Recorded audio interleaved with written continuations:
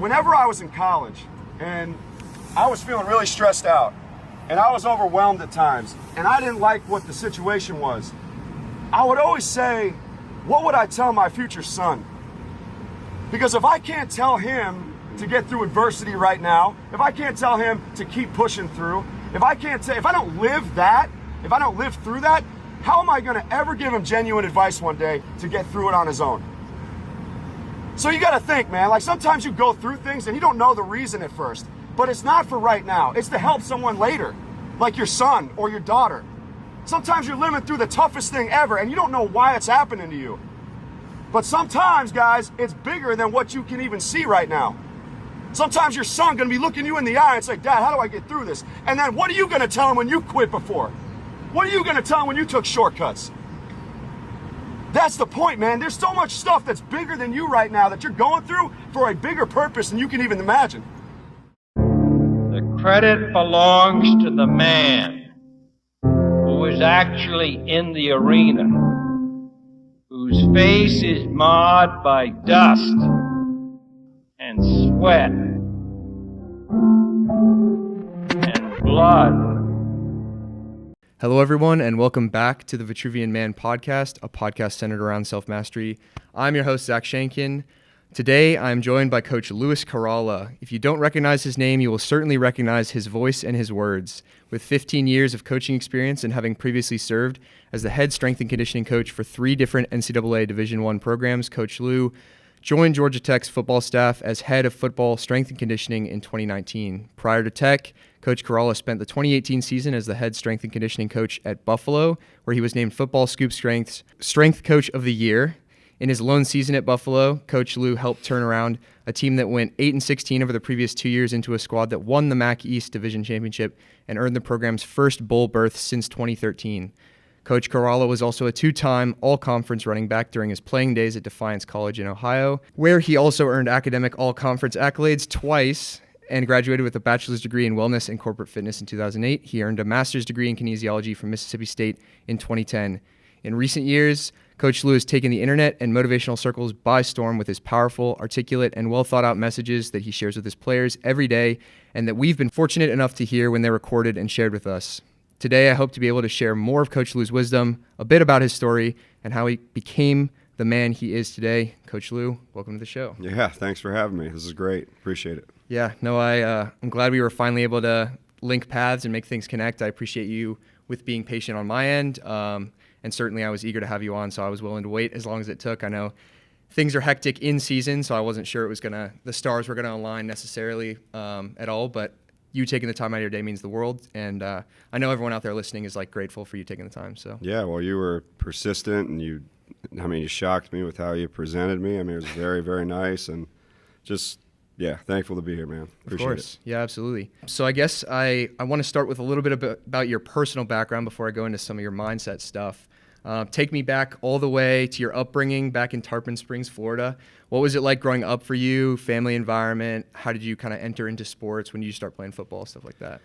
So I grew up in Tarpon Springs, Florida, and just my neighborhood was full of kids that I was best friends with growing up, and we did everything together: football, baseball, soccer, basketball. It didn't matter what season it was, but that's what we were playing. Hockey sometimes in the street, manhunt at night. Sure. That's just what we did. But growing up, it was football. It ended up being football, and that's what I was drawn to because I love making plays. I love Barry Sanders. I love watching the game. I loved everything about it. I was obsessed with the football pads when I was young. I just wanted my own set of shoulder pads, and I wanted a helmet. And I would wait till my next door neighbor that was older to get home from practice, and I would try on his pads every night because I wasn't old enough to play yet. But yeah, football, it created a identity for me growing up. I was always the fast kid. I was always the kid that could make people miss and make plays. But honestly, it was also a thing I had to be careful with because I tried to be a football player off the field in high school and got into a lot of trouble and things that I did I'm not proud of. And, it taught me a lot of lessons. My parents were saints. They always tried to keep me out of trouble, but a lot of times I wasn't hearing it. And, I was just a teenager that probably could have been better, but Sure. I was a starting quarterback of my team, and I do have regrets with the platform I had and all that I didn't do with it. Yeah, I was a good player. Yeah, I was, still fast, still did all that stuff. But I could have been better if I knew what I knew now. And that's why I am very passionate to teach these kids, man, what they have, what they don't want to waste, and all the blessings that are in their life. You grew up with siblings? Yeah, got a brother 2.5 years younger, and got a older stepsister. So, do you think the leadership stuff, was it all influenced? Like, I myself am the oldest of 2 younger brothers as well, and I feel like whatever degree I've landed in leadership positions, I can look back on and say, like, I was almost like born into a leadership position. So how did the sibling thing play into that? Me and my brother always got along, and he kind of always looked up to me, so wanted to kind of follow what I was doing. I always tried to include him growing up, hanging out with my friends and just being there for him. If anyone touched him, that would not be a good thing for them. That was what I always said. And I got in a lot of fights, he got in none.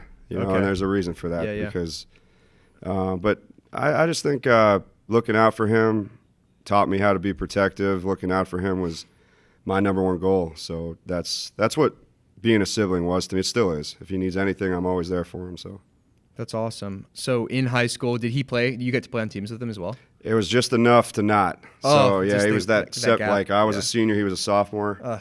So yeah, we just missed each other. Damn. Yep. Yeah, I had we were all kind of spaced out evenly.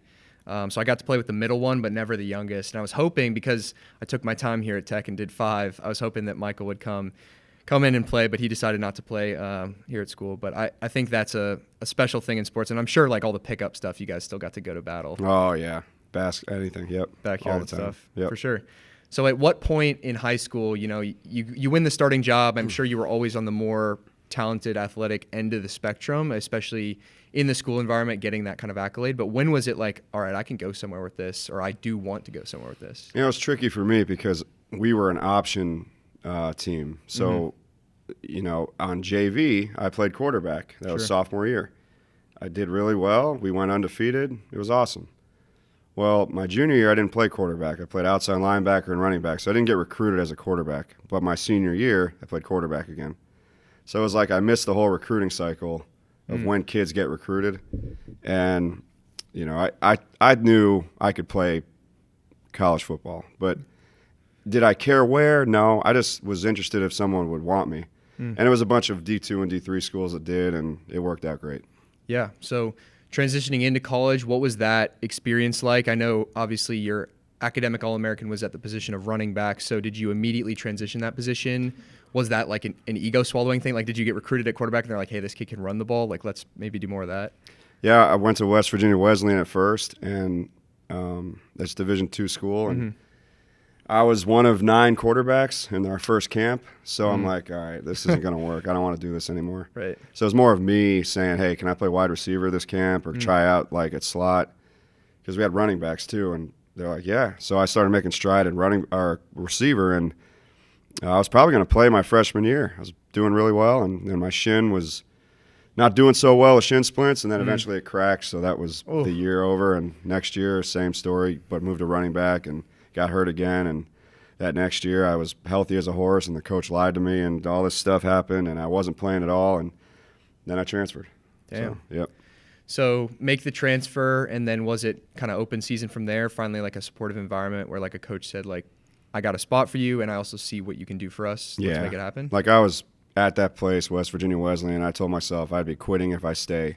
And if I never believed in myself, I never would have left. And that's, some people say stick it out, man. You can't quit. No, it's not. To me, if you believe in yourself and you're not getting your way after you've already put so much work in, you got to go. Like, it's time to move. I completely agree, and I think athletics teach us that lesson. So I think athletes that transition to the workforce are more prepared for that, but I see that a ton with like my friends that even transition to careers. It's like this sunk cost thing, like, oh, I don't want to give up on it, I'll just stay with it even though I don't like it. But like, ultimately, you need to serve your own path, and like, you owe it to you and pretty much no one else that you need to find where you fit best. And so, it may be a grim example, but like at your job, for instance, it's like, if you were to tragically pass, a month later they're recruiting your position. So like, you don't owe them more than giving your best at that moment, but if it's not serving you, it's time to pivot. So you finally found that in Defiance, obviously had the success on the field. What I imagine was a much better kind of college and as well as athletic experience there. At what point is it you're kind of transitioning through and you're like, okay, I don't necessarily want to pursue the athletic side, but I want to stay married to the sport thing and I want to be a coach. Like, when was the first idea in your head, like, I actually want to like lead people like I've been led before? Mm-hmm. Yeah, I was kind of up in the air of what I wanted to do. I was just, settling to say I'd go back home and be a PE coach and teacher and high school coach. And then my girlfriend, who's now my wife, was like, why don't you try coaching in college? Like, do you ever think about that? I'm like, I don't know how I'd do that. But this guy that used to train me in high school said, hey, I can get you an internship in the summer at South Florida when you come home. And I'm like, oh, wow, okay. He's like, send me your resume. I'm like, what's a resume? But I did get in. I did get a first try there. I was one of 13 interns that summer, and it was intimidating because I was nervous because I'm like, why would these guys want to listen to someone like me? I'm D3, D2 football. Sure. And these guys are, Division I. But that strength coach let me work out with the 9 a.m. group, and I worked out with them, and then I coached the next 3 groups every day that whole summer. And he looked at me at the end. He's like, hey, if you're not first team all conference when you go back to your school, I can't hire you. I'm like, all right, yes, sir. So I got first team all conference when I went back. But that's really what did it. I saw inside of a program, and I was blown away. And I really looked up to this coach that I was working for. Mm-hmm. And from there, it just took me. That next summer, I did another internship at Virginia. And then Mississippi, it just keeps going. That's awesome. And I think it's special along everyone's journey. It's some person or experience that comes along and shows you what it could be, that next step, Like, for instance, that guy, had he not been in your life or you guys not were able to reconnect, who knows where your path would have ended up. But showing you kind of that world, like opening that door and saying, like, looking inside and say, here's what the opportunity is. I think everybody kind of can find that person for them. And it's really cool that was it for you. So fast forward, many coaching jobs later, building the career, building the success, you're at Buffalo, you're head of strength and conditioning, you're coming into a program that's historically and recent history struggling, and then you kind of turn it around very quickly and get the first program bowl berth, you win the MAC East. For you, and this is the year also that you get named Strength Coach of the Year. So a lot of stuff happens. This is a pretty big moment, I would say, in your career. What do you think about that experience was either different from the previous? And then also talk about, because to me, I'm fascinated about, you can even look at like currently Georgia Tech, like how do you transition or turn around a historical like struggle and like what flipped the switch? It's a big loaded question. So a lot to address there. It was a big part of the journey. So, everyone is going to read in my bio that I was National Strength Coach of the Year. Sure. Not everyone's going to read that I was fired 2 out of 3 years before that. So I was an assistant at Michigan, Mississippi State, Georgia Tech. When I got my first head job at North Texas, it was 11 months, and then I got fired. I was the new guy on staff. I walked in there. They were in year 5 of their program already, so I was just the new strength coach on staff. Tried my best, did everything I dreamed of. It was awesome, but we didn't win games, so you're out. Got blessed again to get a head job at Louisiana Lafayette. 2 years later, fired, didn't win enough games. So at that point, I'm like, is it me? Like, I don't understand. Like, I'm really trying to do my best and give my heart and soul to these kids. And it just seemed like I was wasting my time. And it was frustrating. I was really hurt after that second one. But then I got an opportunity, connection I had at Buffalo, got me in with the resume on the head coach's desk, and I did not want to move to Buffalo, with my family. I was just, she wasn't excited. I wasn't really. Yeah. But the head coach was awesome. And, it's like your heart telling you something that feels good there on the interview versus the weather, the move, the family, the whole situation that comes with it. I took a chance with my heart, and I went with that. And, man, I'm so thankful I did, because those kids, no one sees they went 6-6, they went 6-6 the year before I got there, but didn't get picked for a bowl game. So they were mad. Yeah. They were very upset. And they had a loaded senior class that was hungry to go. Yeah. But I think the weight room was the missing piece they were missing. without even knowing it. And I came there very upset with my past, and we all collided in a perfect energy aligned, and those kids went nuts with it. And I still, to this day, am in a group text with all of them, and I just love those kids. They were one of the biggest blessings I've ever had, you know, because that year saved my career, and it got me this job, and I never saw it coming. Yeah. So.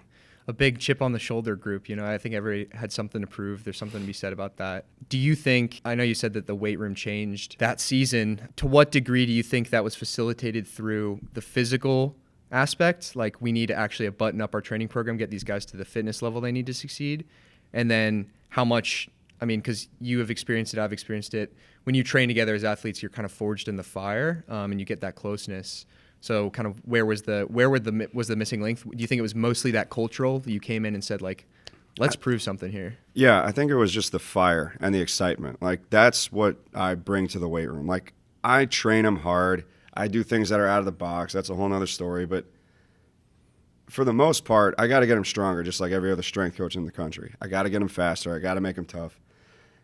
But making them come together is a very intentional thing I try to do. Yeah. And they were missing that.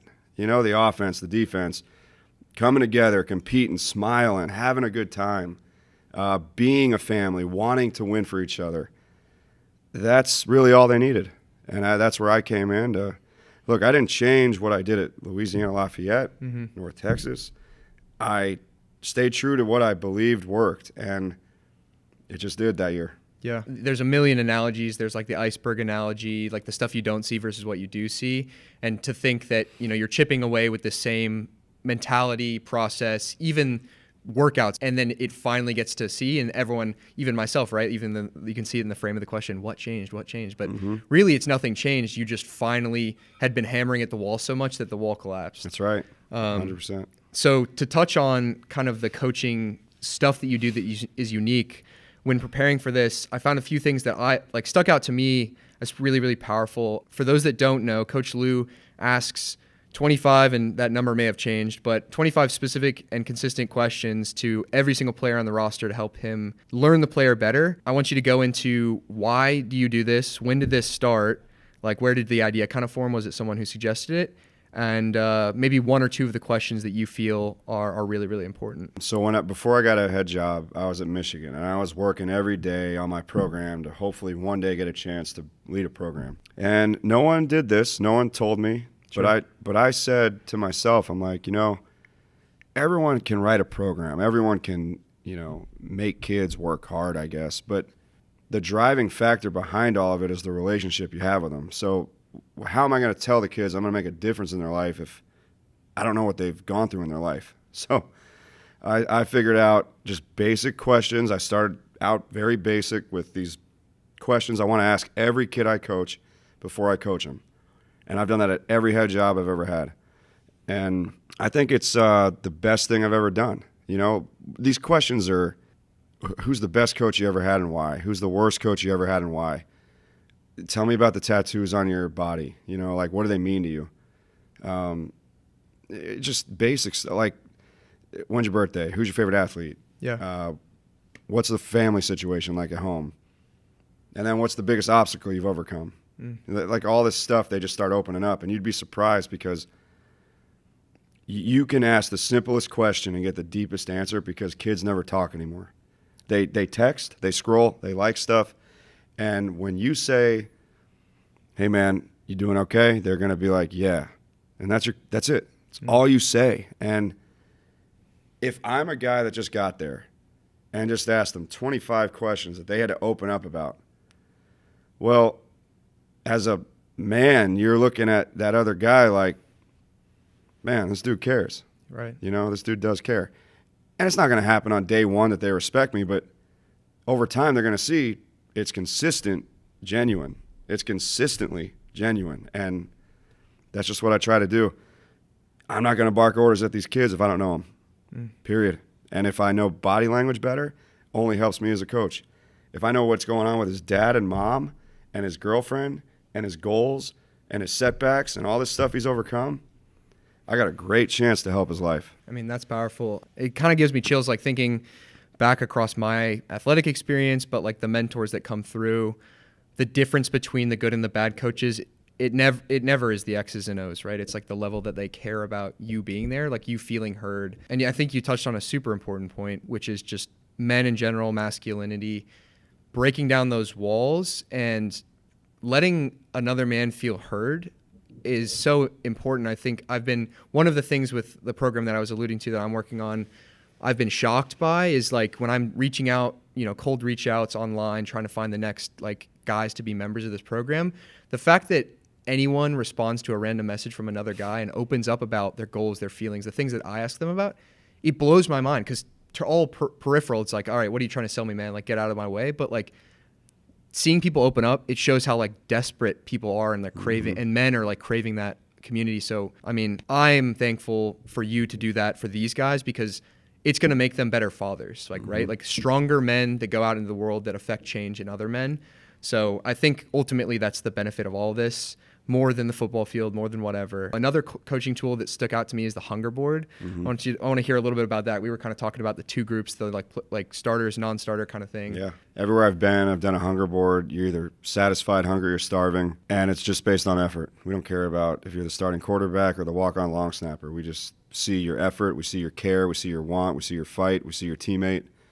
We see what you're about. How bad do you want it? And every week, the strength staff will sit down in the office and we'll go down the roster alphabetically and say, all right, Johnny, what is he? Satisfied, hungry, or starving? What do you guys think? I mean, some guys say hungry, some guys say satisfied, some guys say starving, and we all have to ask why. Right. Why is he satisfied? Well, he missed breakfast. He missed a lift this week. He is missing class. Like, he doesn't come for extra. All right, put him in there. He's hungry. Why? Because he will do what's asked of him and no more. He's good. Like, he's average. He's not doing bad. All right, he's starving. Why? Dude, this kid we can't get rid of him. Like, he wants to be here every second, every Saturday, every time it's open, he's here. Every time we're training, he's getting the most out of his teammate. Every time we're working, he's getting the energy set in the room. Like, he is improving so much because he's working so hard, but also helping everyone around him. He's starving. And if that's unanimous, the board comes out every Monday. They're in the locker room. They see the 3 categories with their name somewhere in it, and they take offense. If they're not where they want to be, they're like, what did I do? Like, what do they see that I'm not seeing? And then we have the real talks. Yeah. So they got to come in and say, Coach, I don't understand. Like, why am I still hungry? I thought I did a good. I'm like, look, man, you are doing a good job. You are. You're not doing a great job. You're not going to play winning football for us with good effort. You got to be amazing. You got to set the tone. You got to be an example that everyone wants to follow. You got to not leave when everyone's leaving. So, yeah, things get real when that board comes out. That's really cool. I love that. Especially, I mean, obviously it's in a room of like hyper competitive guys that reached the collegiate D1 level, but finding those little things to make people even more competitive, like it's like a free chip on the shoulder, right? You're just like, here, I'm going to donate this to you to turn you into a monster. Like, I think about, I'm sure you watched or at least saw clips from like The Last Dance, like the Michael Jordan thing. A huge inspiration to all athletes, but just to hear about his mindset, like literally making up stories to get pissed. And I think of this as like a facilitated way almost where it's like, I am doing the tangibles, but and I even think, and I can imagine in those rooms with the coaches, you're like, hey, we see the ceiling for this kid. He's doing above and beyond, but like, let's see how much more we can get out of him. Like, let's keep him in the hungry just to see how pissed we can get this kid. That's really cool. So when you take kids in, you have 4 or 5 years, God willing, with these kids, barring transfer, injury, whatever. What do you want to see? What's the biggest thing you want to see change-wise from a kid from freshman year to graduating from tech? And that can be, I'm going to leave it broad like that. That can be anything from like his development as a man to his development as an athlete. Like, we want to see his 40-time drop, his bench press go up, blah, blah, blah. Or we want to make sure that this kid is ready to be a father, be a professional, whatever. So when you hear the kid's goals, when you interview him, you kind of understand what he's going for. And then from there, I mean, yeah, we're going to do all our stuff we do with every kid. gonna take their picture. We're gonna, make them not flex at first and look sad against the white wall. And then at day 350, we're gonna take after a 2-hour vicious pump. Sure. And grease them down and put the proper lighting on them, and that's their Christmas card. But we're gonna test them. We're gonna watch all their strength numbers increase. That's cool. But if that was it, I wouldn't know you because I wouldn't do this job. If that was really the end all, that wouldn't excite me to wake up at 3 a.m. to come work out. It's. I want these kids to walk in here a certain way with whatever amount of self-drive that they have, whatever amount of discipline that they thought they had, to not even recognize themselves with the habits they have by the time they leave. I want their parents that don't see them for spurts of time to be like, man, you're different now. Like, I don't know, like, why are you waking up this early to go work out? Why? Like, I want kids to be so set up for life after this experience with me that they're unbreakable. They're ready for whatever adversity comes their way. They're ready for whatever setback, because everyone talks about the success. Everyone wants the wins and the championships and all that. That's great. That's cool. If you don't have great habits, if you don't have great discipline, if you don't have great self-drive, if you don't have great bounce back and resilience in your heart, you have no chance to do anything in life. And all these kids think after they have every tutor helping them, every cafeteria lady serving their food, after everyone holding their hand through this experience, that life's just going to be doing that when they get out. That's where I come in. I let them know that's not real. Like, they got to get ready for life, because that's why we do all these hard workouts too. I challenge their soul. I'm not just like trying to get them strong and big. Yeah, that's part of it, but I want to see them respond to something when they don't get their way. Yeah. That's football too. You're not going to get your way every game. You're not going to get your way most of the time in life. There's going to be people that doubt you your whole life. There's going to be people that say, you ain't good enough, man. We're bringing in someone new. How are you going to deal with that? And I think that's what I want for every kid I coach. It's not going to happen. Not every kid's going to hear the messages that I try to give them, but a lot of them will. A lot of them will always keep in touch with me.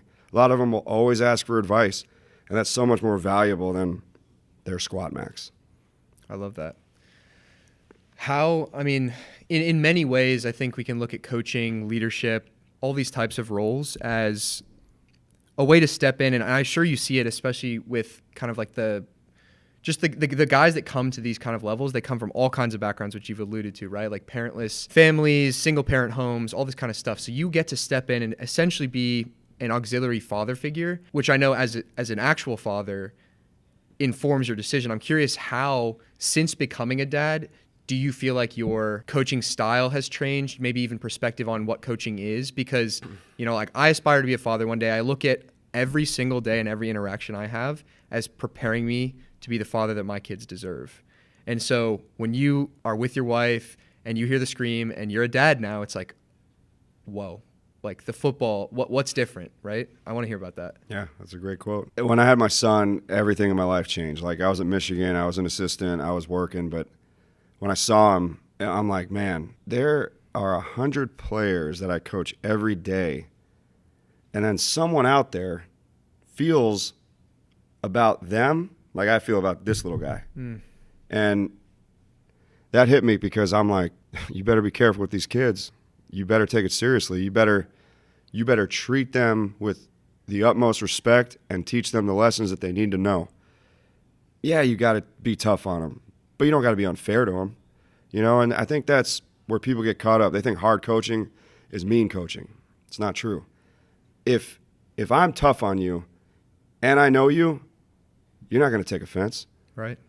But my son, my daughters now, like, I always have to ask myself, what gives me the right to coach kids? And if I hate those answers, I got to change. And that's the truth, because no one, like, my high school coach felt like that to me. My college coach felt like that to me at Defiance. But I've had coaches that never asked themselves that question. And you could tell. Oh, yeah. Because, first of all, they couldn't do what you're doing, and then they're getting mad at you that you can't do it. Can't stand that. So that's why I do the kids' workouts every day before they do them, still. And that's just who I've become. I've become this standard. I've become an example for my kids, the kids I coach. Because if I'm not, I don't want to coach because I don't deserve to.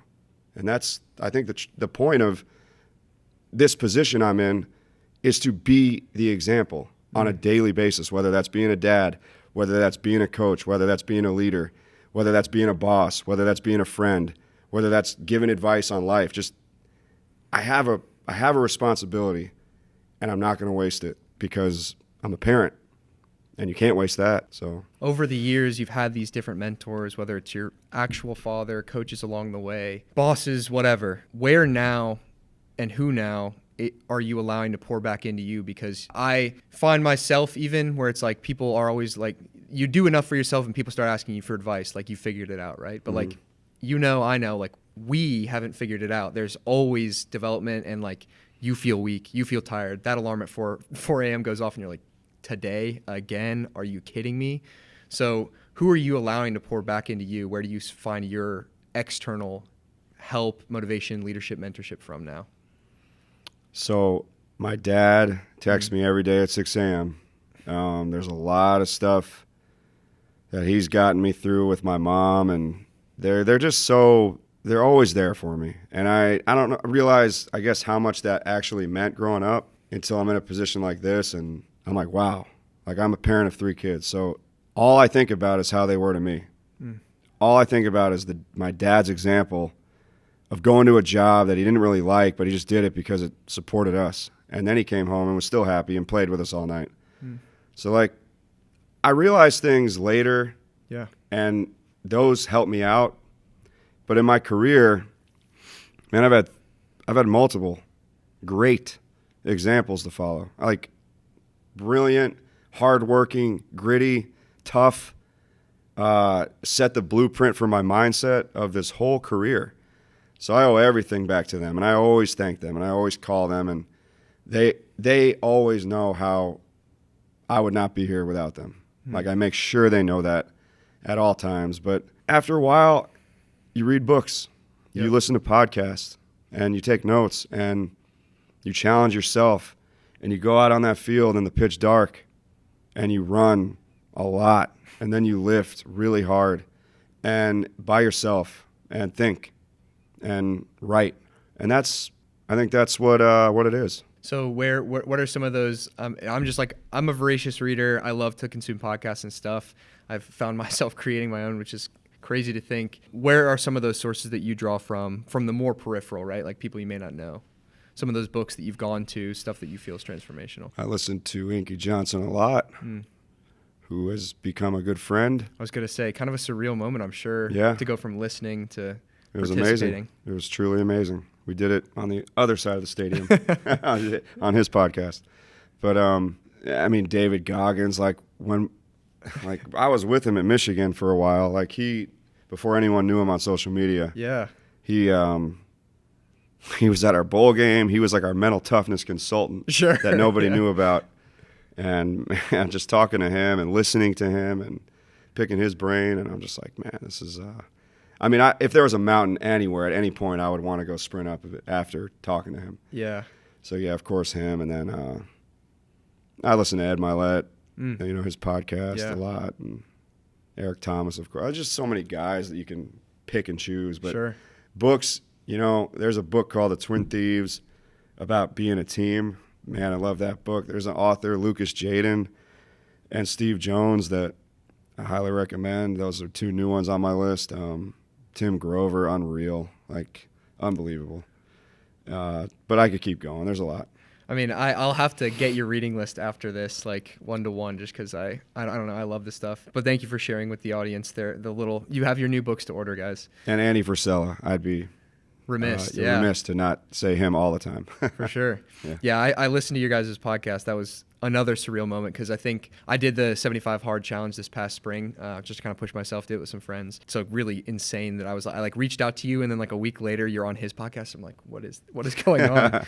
Anyway, so I guess I have a few rapid fire questions before I get into some closers. So I'm curious what the most gifted athlete who the most gifted athlete you ever coached was, and then who you think the most driven athlete you ever coached was. I think I might know the answer to the second, and former athletes, don't take offense if it slips the mind right now. I'm putting him on the spot. Athlete I've ever coached. I mean, Denard Robinson was up there with the quarterback at Michigan. I mean, the way he could run at quarterback, I was just like amazed, and it was just that position of awe for me when he would break those long runs all the time, and I can't overthink it too much. I'm just going to go with him. And then the most driven, geez, that's not fair. There's way too many. I know. Well, I'm going to make you give me a name, though. I'll go superficial. When I was a young coach, I saw this young freshman be the leader on the hunger board as a freshman, which is very hard to do. His name was Dak Prescott. And just a beast, man. Like, proved to everyone, like, I'm here to work, and whenever I do get my chance, I'm going to be ready. And he sure did. No kidding, yeah. I mean, I'm a Cowboys fan myself, so shout out Dak. Crazy what was his transformation like? Like freshman, I mean, if he's coming in, leading the hunger board, a captain potential as a freshman to senior year, going to the NFL. I mean, he was in the developmental group his freshman year. He was redshirting, and wow. We would be doing wild workouts all in season, and he was awesome the whole time. Great attitude, great effort, great teammate. And then once he grew, I wasn't there for the growing part because I had moved on. But yeah, I mean, he was one of the best leaders you can ever ask for. He did not accept anyone going half-assed, and just a great person too. Yeah, I know you train with the same workouts you program for your athletes, which, by the way, incredible. But I'm curious, what does your personal diet look like on the day-to-day? Is it just anything the wife's cooking, or are you pretty strict with that for performance outcomes and stuff? Yeah, it's anything the wife's cooking. I love that. Yep, and it's anything the cafeteria has. Okay. And it's workout and then drink a protein shake after.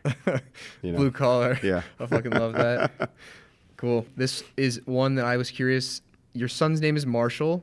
Is that in any way inspired by the football movie We Are Marshall? No. Okay. No, we were, it was my wife's maiden name. Okay. Yeah, okay, cool. So we were all about that from the start. Very cool. Yeah. And then might be a difficult one. What is the hardest loss you've experienced as both a coach and then back in your playing days as an athlete? The hardest loss still to this day is the MAC championship at Buffalo. We had the most magical season I've ever felt ever. We were up 29-10 in the third quarter, and we lost 30-29. And it was like in the Detroit Lions Stadium, which is my favorite team in the world. Like, I was wearing my Barry Sanders socks underneath my pants, just ready to go. Sure. We were fired up in the third, going crazy, and then momentum shifted and field position changed a lot, and they kept coming back, and it was like quicksand. It was a nightmare.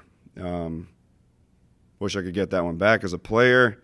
I'd have to say losing to my rival my senior year, like it's our first game of the year. They switched it up, so it was the first game of the year. Should have never lost to them, and that bothered me a lot. It's just set the tone in a bad way. Mm-hmm. Yeah. Did you compete for a state championship at your high school, or was that not the caliber of program in the area? Won the caliber. They never made it past the second round before I played there, and we got to the second round that year, which was tied for the best ever in school history. But yeah, it wasn't like that. Yeah. I mean, a lot of that stuff you just can't control with super magnet schools and stuff like that. All right. Well, I have some closing questions that I like to close with all my guests. These are more broad, so answer to the depth or non-depth that you prefer. In your eyes, what defines being a man? Doing what you say you're going to do. It doesn't matter how you feel. Like, you have to get a job done. And you could make all the excuses in the world, but that's not what a man does. Like, a man doesn't sit down when it's time to stand up. And there's too many people out there that claim their manhood, but they don't have all these values in their life first. Like, you can't talk to me like that. I'm a grown man. Are you a grown man? Like, are you really a grown man? Because you're late to this. You treat women poorly. You aren't a good example for your kids. You complain about everything that goes wrong. You don't show resilience.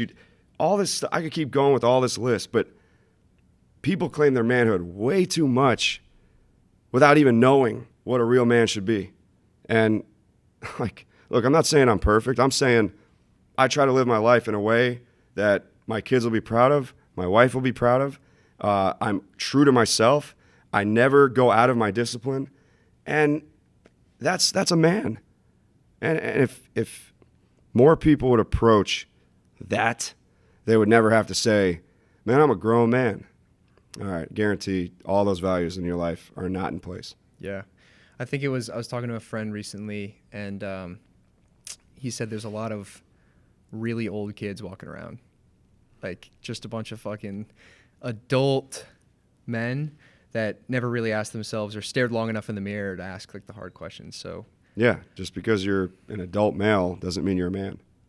I love that answer. If you could go back to a younger version of yourself, barring the butterfly effect and all the crazy ripples, assuming you get to the same place, what would you tell him? What's one thing that you would want to give to younger you, an insecure you, maybe that high school version of you that's not waking up? Just be easier on your parents. Like, you don't need to stress them out like that. Come home on time. Stop drinking. Stop smoking on the weekend. Stop doing all this stuff that has zero impact on your future, actually a negative effect on your future. Be a better person. Like, I was always a good kid. I always had a good heart. Mm-hmm. But the stuff that I can't get back, like fighting and stuff that was almost intentional, I just would rather not have on my conscious list. Mm-hmm. And my parents didn't need that because they were so good to me and caused them a lot of pain growing up. With the fighting stuff, I mean, having supportive parents, siblings, the success in school, what do you think was pushing you to do those like little moments of like lashing out? Football player off the field, aggression, people you hang out with, the stuff you do with people that you hang out with. Yeah. And you got tough guy friends, you're also a tough guy. Sure. And if tough guys are staring at you, you don't like that. And that's the end of the story. I mean, that's for a couple years in high school, that's what it was, and just not cool. Like, if my son ever did that, I'd be so embarrassed. I'd be so disgusted. I'd be ashamed. What did I do wrong as a dad? Yeah. That's how I'd feel. And I hate that they had to feel that about me at a certain point in life. Now, I've paid them back with taking that aggression out into positivity. Sure. And success, and not giving up and going for my goal and getting it, and thanking them and making sure they feel the love. But for moments, it wasn't pretty. For sure. I mean, it's part of the story. You can't have light without dark, and I think it brings the color to the image, right? Like, yep. It's the stuff that makes your story impactful. It's how you can talk to these kids who are being a jackass when they shouldn't, and say, like, hey man, I was you. Yep. Don't think of me as some saint. I'm coming to you right where you are now and saying, I'm screaming on this door, like, because I couldn't stop myself. Let me help you stop you. So I think it's why you can have the impact you have. So I as much as like we address the ripple effect, I think that it is important for you to have gone through that, because it makes your message that much more powerful. And then the last one I got is, what is one quote that's always either stuck by you or you try to live by? I know now you've reached the place where you're putting these quotes out and people are putting your name at the bottom of a quote on their wall, which is incredible. And as a quote connoisseur myself, I hope that maybe one day I can be that guy for other people.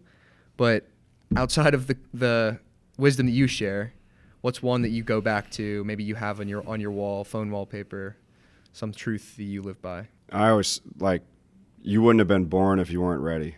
And I think that's what's always, I made that up when I was in Michigan, because my hobby is making up quotes or making up messages. And, there hasn't been one day that I've coached as a head strength coach that I haven't given the team a message of the day. Run, lift, doesn't matter. It's always built into the lift. And that one to me means, why are you thinking so hard about going for something big? Why are you trying to say that you can't do it? You get one life, man, and you wouldn't have been born if you weren't ready. So someone out there is saying, you're ready. Like, that's why you're here. So go for it, man. Like, this is it. This is all we have. Like, you got a podcast, man. I'm sure, like you said, it's not instantaneous success, but, man, you get one life. Do it. Like, why not? I started an Instagram a year and a half ago. I didn't want to, but why not? Right. Because I wouldn't have been born if I wasn't ready for this stuff. I doubted my career at first. I went for it, though. I doubted transferring a little bit. I went for it, though. I doubted, at telling this girl I liked her. She's my wife now. There's so many things that you don't have to do. You can turn your back to. You'll never know what you could have been. But I guarantee you wouldn't have been born if you weren't ready. It's powerful stuff. Got me ready to run through a wall. I appreciate you with the words of wisdom and just can't thank you enough for the opportunity for myself. I always kind of try to frame this stuff. I'm nervous coming in. Is there going to be a technical difficulty? And I always say that if the camera wasn't there, if the mic wasn't there, it's still an unbelievable experience because we got to share this conversation as men. Whatever you were able to impart on me, I hope that this was an enriching experience for yourself as well. I will give you the opportunity to share anything that you want to whatever captive audience we have. I imagine a lot of people coming to this, maybe coming from your already audience, the small audience I've curated. Anything you want to share with them? Where can they follow you? Anything like that? Yeah, they can follow me at Lewis Caralla on Twitter or at Lew Caralla on Instagram. That's the two things I do. I try to put something out in my story daily that can help people. I guess what I would share is this. There's going to be so many times where people are going to say things about you, especially if you want to go try to achieve something big.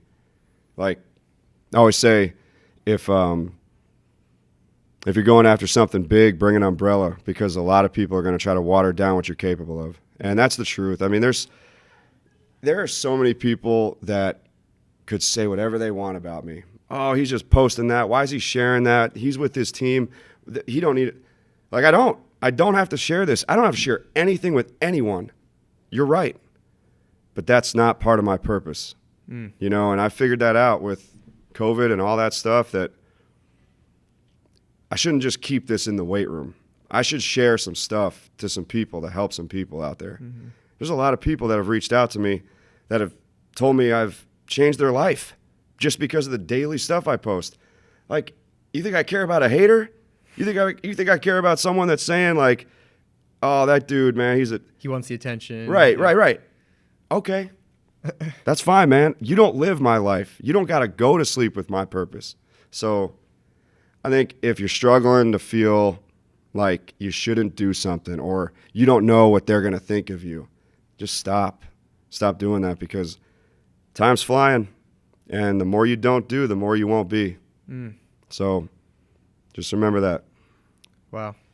I can't think of a better way to end it. Thank you for everyone that's made it this far, although I'm sure right off rip, it would be hard to put this one down. Thank you again for taking the time. For anyone that is listening that is new to this, thank you. I'm excited that you found this podcast, whether it's just this one or you take a look at the other stuff that I'm trying to put out. I appreciate you. I appreciate you listening. I hope you found value. If you want to follow myself, it's at ZDSCHENKEN on Instagram. If you want to follow the program and the podcast specifically, it's at Vitruvian Gentleman. I try to put out the best message I can, and I'm just another guy trying to figure out how he can get the most out of life, and I want to share that journey with other people. So follow if that intrigues you. I thank you for your time. Thank you, Coach. Thank you for spending your time. It's your most valuable resource, Memento Mori, and I'll catch you on the next episode of the Vitruvian Man podcast. And if he fails, at least fails while daring greater, so that his place shall never be with those cold and timid souls who know neither victory nor defeat.